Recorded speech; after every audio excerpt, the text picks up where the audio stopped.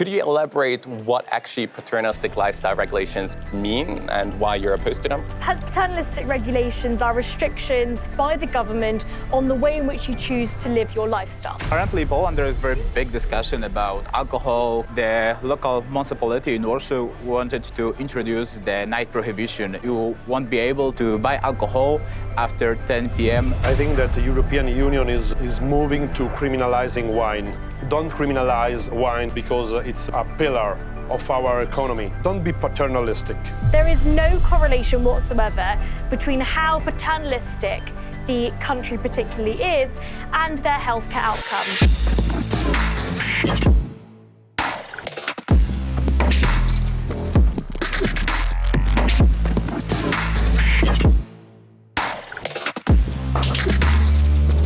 Hello and welcome to the heart of the European Parliament here in Brussels. My name is Bartha. I'm the director of Epicenter, a network of 12 leading free market think tanks from all across Europe.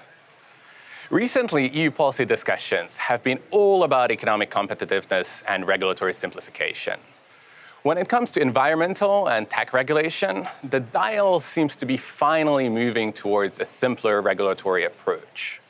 But what about policy areas that are not always at the forefront of the Brussels policy discussions, but still have an impact on all of us? When we buy food, enjoy a nice glass of wine, or get a Red Bull to wake us up in the morning. Today, we're talking about lifestyle regulations and how they fit within the EU's regulatory simplification agenda. And I couldn't wish for better guests than MEP Stefano Cavedagna, Vice Chair of the Special Committee of the European Democracy Shield, and member of the Committee for the Internal Market. Thank you so much for the invitation. Great to have you on board. And Reem Ibrahim from the Institute of Economic Affairs in London, where she serves as head of media. And last but not least, Hubert Wejman, who's the Communications Director of Civic Development Forum based in Poland. Very warm welcome to all of you. Hello. Great to have you here. Our Nanny State Index really looks at paternalistic regulations all across Europe. And MEP Cavedagna, you have been particularly vocal about food and drink regulations. And of course, being Italian, I wouldn't expect anything less. But as our index points out, every year the number of EU member states are increasing taxes and increasing regulations on unhealthy food, quote unquote. But is there actually an objective measure how you and governments measure unhealthy food, what unhealthy food actually is, to set these taxes and regulations? Yeah, thank you. Thank you so much for this invitation. Thank you to the Epicenter Association. I have a lot to say about drink and food, and not only because I am Italian, but I am from Emilia-Romagna region in particular, that is the so-called food valley of our country. And we have a lot of epicenter of production of food in our region.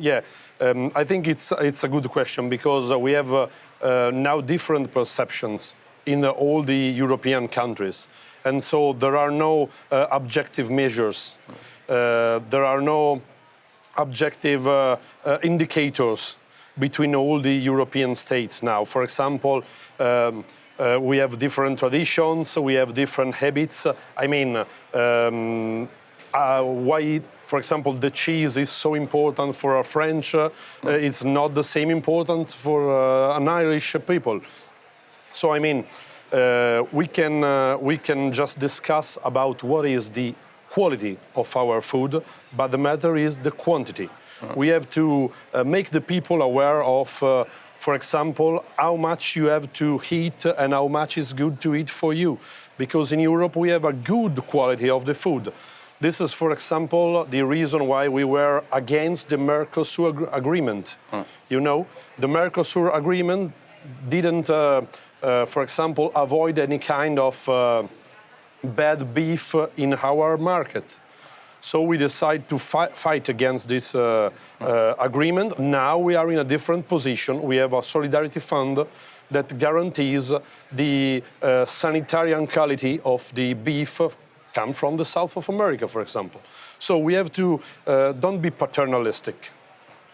We have to work to sensibilize the people, maybe also from the school, our children from the school. but we have to protect our market for its standards, for its quality standards, and don't to be paternalistic with the people and also with the companies. Because, for example, but I think we have the time to discuss about it, the European Union decided to introduce, we avoid it, fortunately, the labelization of the Nutri-score system that criminalizes some kind of foods, for example, the Italian foods, and criminalize some companies to produce them. We will come back to the specific regulatory framework because I think it's very interesting to talk about, but I want to stick to a little bit the theoretical one first. And Reem, you have been very critical of a lot of paternalistic regulations before, but could you elaborate what actually paternalistic lifestyle regulations mean and why you're opposed to them? Yes, absolutely. So paternalistic regulations are restrictions by the government on the way in which you choose to live your lifestyle. So, for example, that could be high alcohol taxes, that could be restrictions or bans in some cases on particular products. At the Nanny State Index, we actually look at 4 of those different categories, looking at alcohol, but also looking at tobacco and what some may call junk food, or in the United Kingdom, we call them high sugar and salt food, and looking at whether or not those particular products are being taxed, regulated, or banned and restricted in that way. So what's great about the Nanny State Index is that we look at 29 European countries and rank them. And what that does tell us is that a lot of these regulations, a lot of these paternalistic restrictions are not necessarily coming from the European Union, but they are coming from domestic governments that are attempting to restrict and regulate the way in which individual Europeans choose to live their lives. And MEP Cavedagna already mentioned that information campaigns are something different than bans and heavy-handed regulations. So where do you actually draw the line when determining paternalism? Is just providing more information to consumers, I would assume, a good thing, but if you decide to take action instead of them, I would assume that already counts as paternalism. It definitely depends on the type of restriction. I mean, one example would be in the United Kingdom in 2022, we implemented calorie counting, and this is mandatory for every company with more than 250 employees. Now, this is an example of information being a requirement on behalf of the company in order to communicate that information to consumers. So as a consumer, if I go into a big chain restaurant, I know exactly how many calories are going into each and every meal that I order. Sounds great, right? Sounds fantastic on the surface. But in reality, the people that actually bear the brunt of those costs are the companies.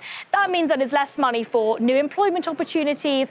Perhaps it is less money for those particular companies that are going to be spending that money, investing it elsewhere. So we have to really think about the unintended consequences of this. And the question is, does any of these policies actually work? So in the case of calorie counting, perhaps it would be worth it if those particular companies are able to provide that information and it actually has an impact on obesity rates. But we know, of course, that it doesn't. And there was a study that was done, actually published earlier this year in 2025, that actually looked at the impact of these mandatory calorie counting. And what it did find is that it had very, very little impact, if any impact at all, on people as they decide to make those decisions.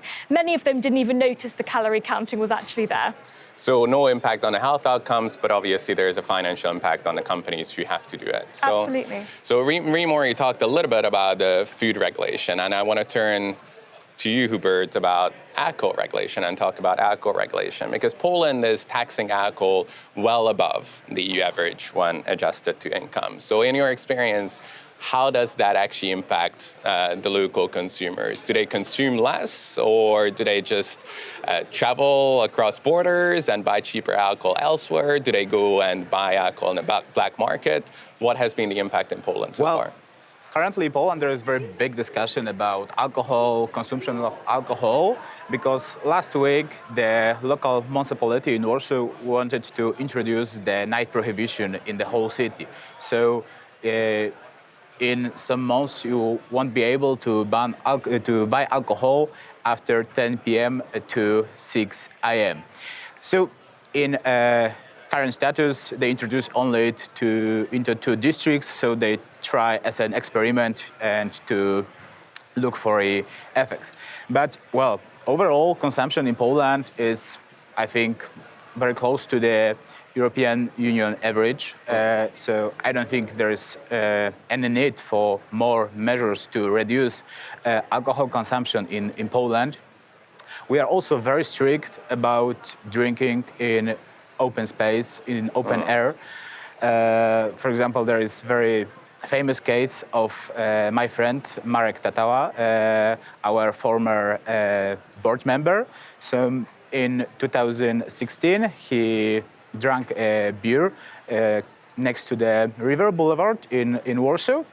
And he got a ticket, but he refused to take this ticket. And this case ended in Supreme Audit Court.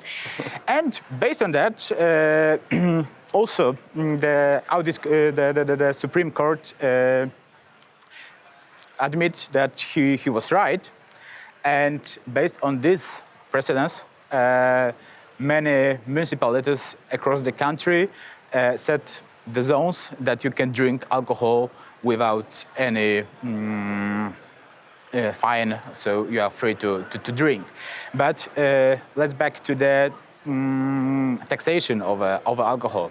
I think now alcohol in Poland is taxed very high, but in many years ago in Polish People Republic, so in the previous century, under communist regime, the alcohol was taxed even more. For example, the bottle of alcohol used to cost, it was like 5% of the minimum wage. So it's very high, yeah. And in that time, the smuggling and also the illegal production of alcohol, the moonshine, there was a very huge plague of it. So the higher taxation is, as we can see from our history, is very ineffective. So people really find a way around regulations always. if they really have to. So MEP Cavedagna, you mentioned already that providing information is desirable and much more preferred compared to heavy-handed regulation or taxation. So when it comes to food regulation, for example, you mentioned the Nutri-score idea that essentially categorizes every type of food item into various categories and determining how healthy or unhealthy it is. Is that still just providing information, or is that the misdirected way of food regulation? Yeah, the potential adoption of the Nutri-score system can be really dangerous for our national economy. I mean, because it's a scoring system classifying every kind of product from A to E, where A, green, is good for your health, and E, it's red and it's bad for your health. Of course, but the problem is that, for example, the extra virgin olive oil is rated D, and I don't know, French fries is rated B, and it is not normal for our way to eat food, for our lifestyle. But because I think that at this basis we have the wrong idea, the wrong start position that every kind of fat or every kind of carbohydrates is bad for your health. So obviously, a salad is hay every time, but we have to also to eat meat. We have to also to eat cheese and other kind of proteins. I mean, so we have to don't criminalize some kind of fats. We have good fats. We have also good proteins and good carbohydrates. There are some products that are ultra-processed and other not. And so, for example, against the Nutri-score system, we oppose the Nutri-inform system.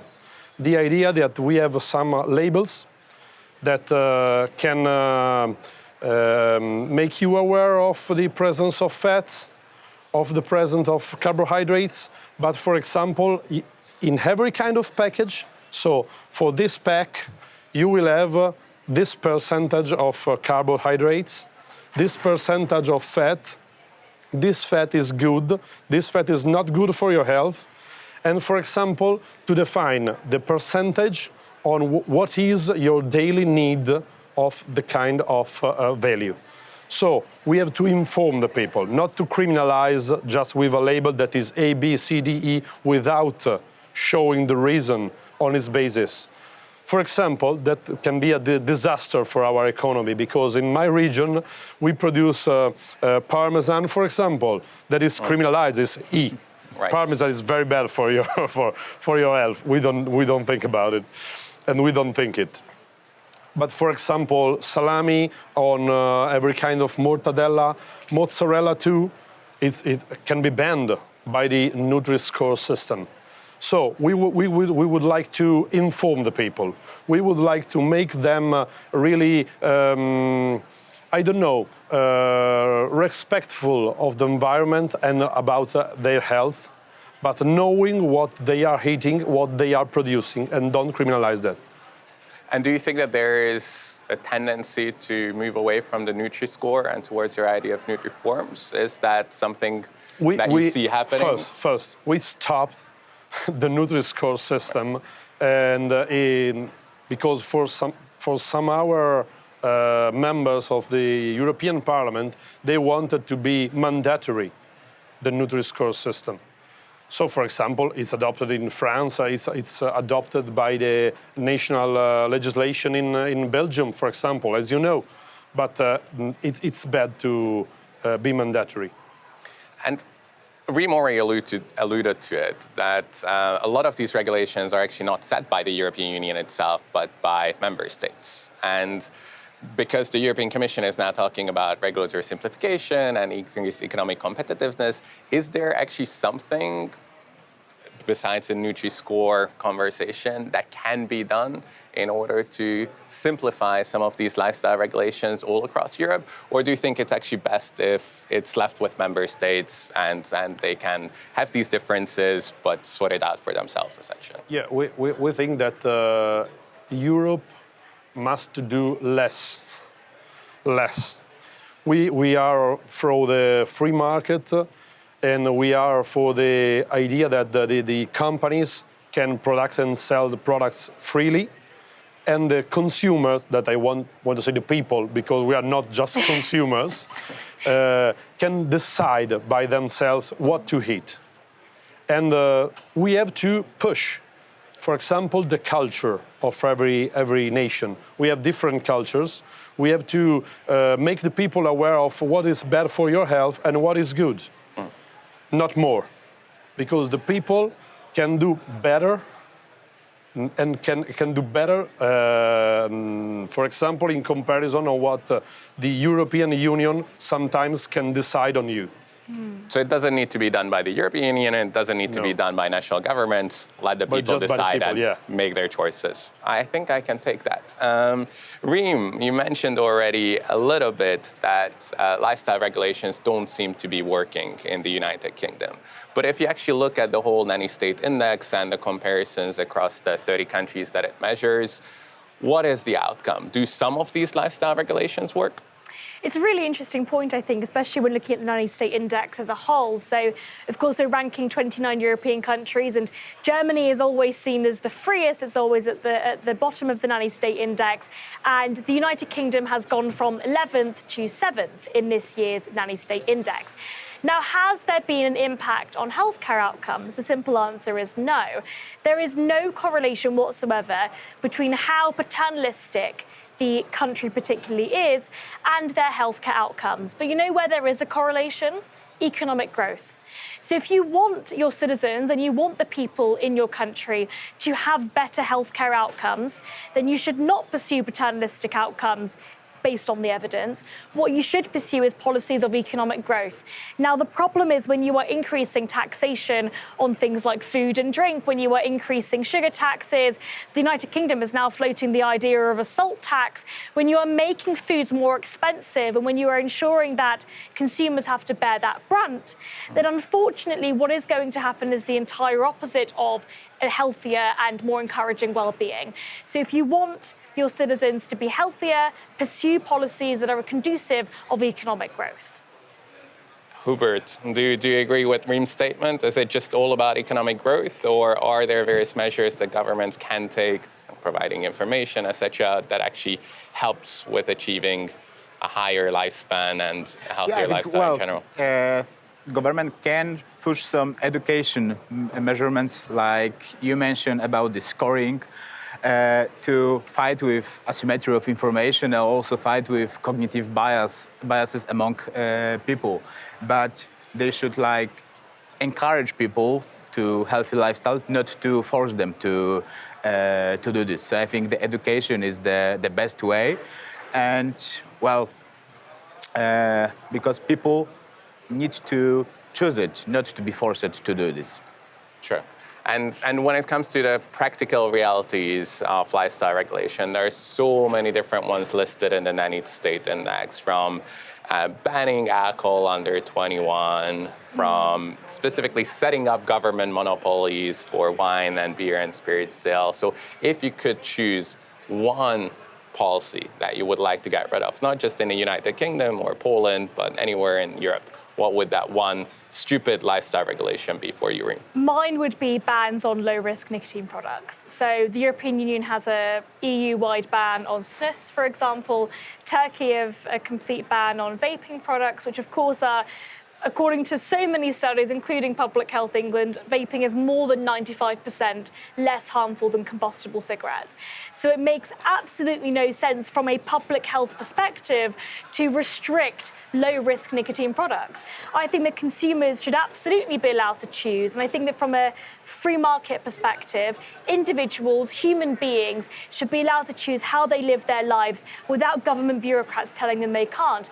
But even from a public health perspective, it makes absolutely zero sense whatsoever to restrict the amount of products that people are allowed to use, especially when they are actually better off for them. So when it comes to cigarettes, millions of people across the European Union and in the UK as well have now decided to switch from cigarettes to low-risk nicotine products.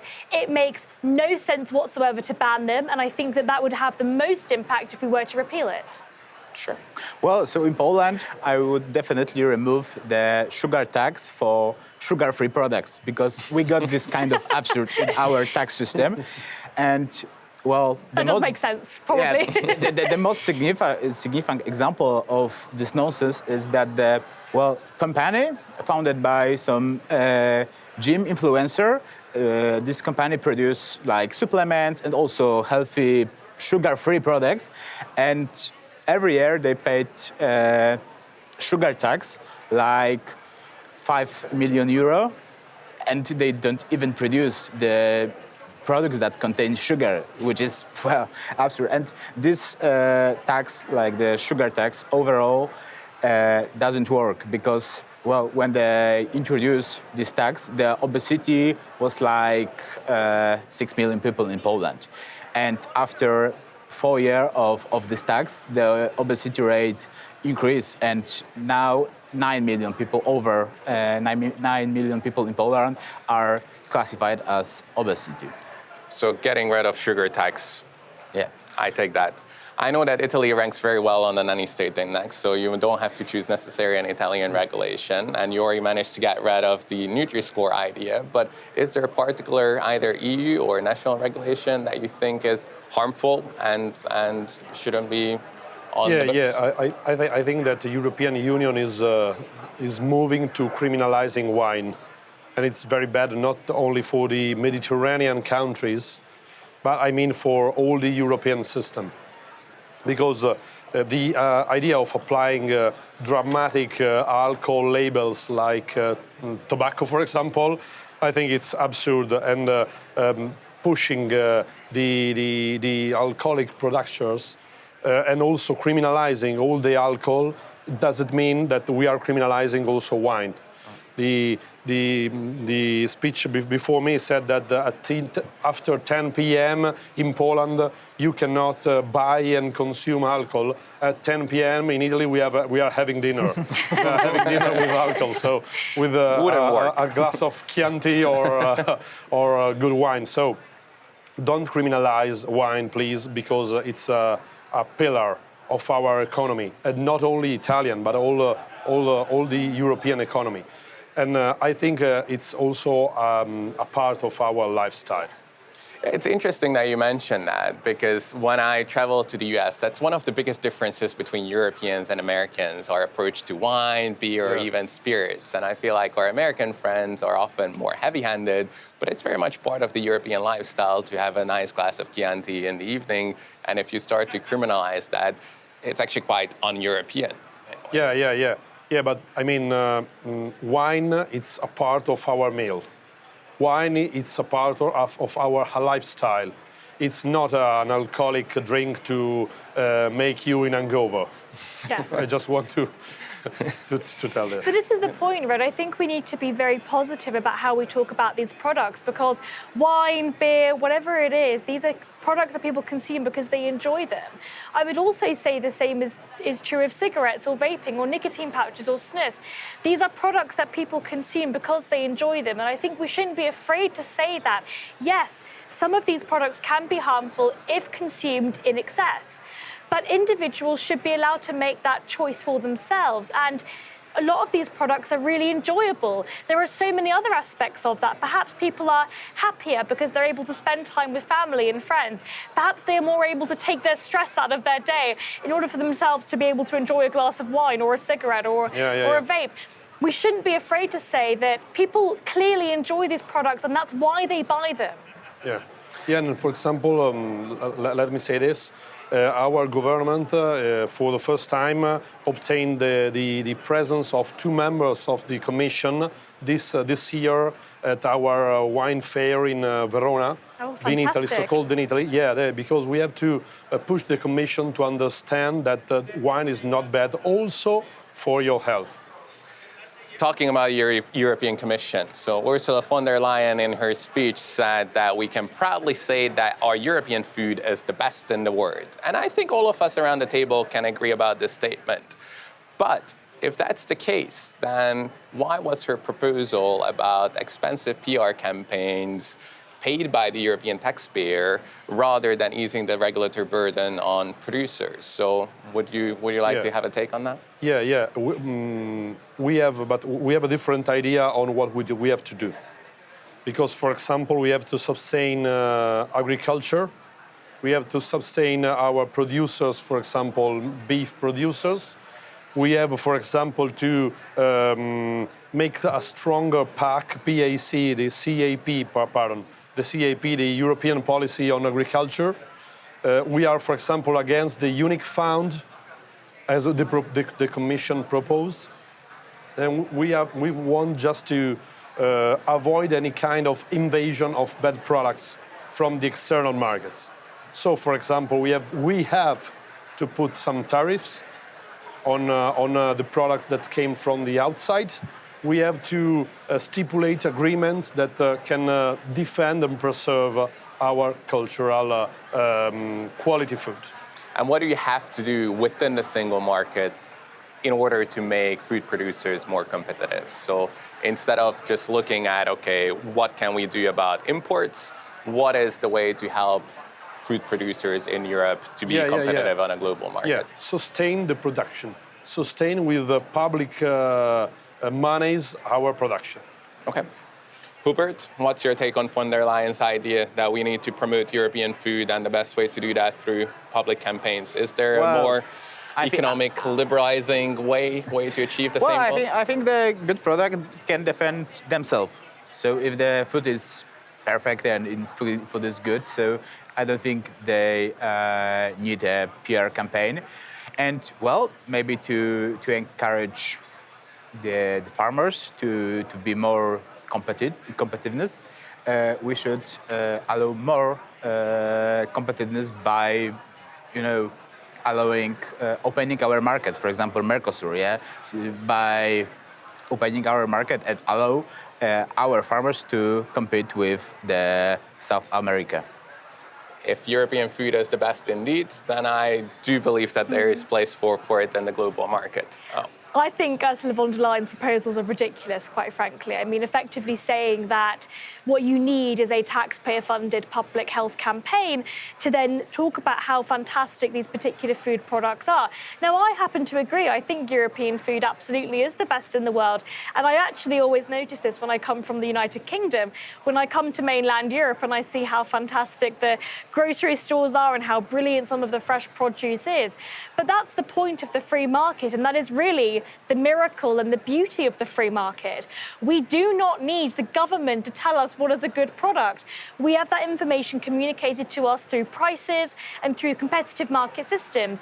We, as individual consumers, as individual human beings that like to eat food to sustain ourselves, we make those choices ourselves, and we don't need Ursula von der Leyen or, quite frankly, anybody else in the European Union to tell us otherwise.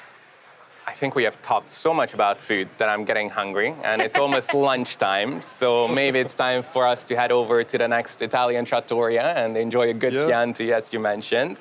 I think you have heard that the three of them made up their minds about what sort of regulations they would like to see, or rather don't like to see, when it comes to lifestyle regulations. But the real question is, have you made up your mind? If so, then let us know what you think in the comments. If you're all right with some level of paternalism, or if you would like to see a lot of these rules scrapped. Thank you so much for all your insights. I've really enjoyed this conversation. And if you have enjoyed it too, don't forget to click subscribe and follow Epicenter on all our social media channels. Thank you so much for joining.